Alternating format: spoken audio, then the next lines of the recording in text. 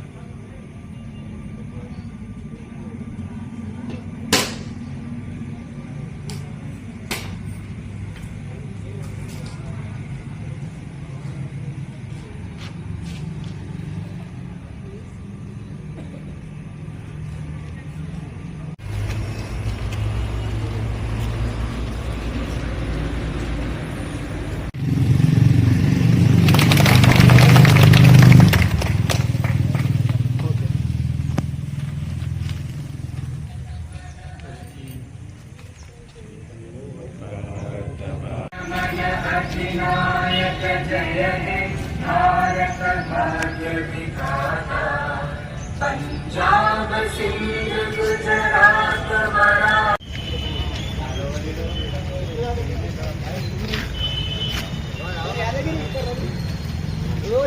గౌరవమన్న గారికి, యాదగిరి గారికి, మీడియా మిత్రులకి నా పోలీసు మిత్రులకి నా నమస్కారం.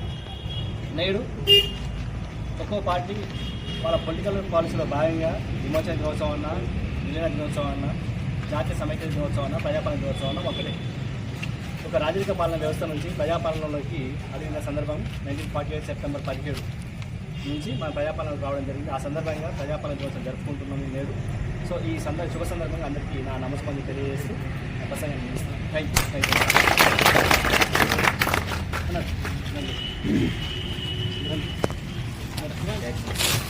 తప్పకుండా మీరు త్రీ పార్టీ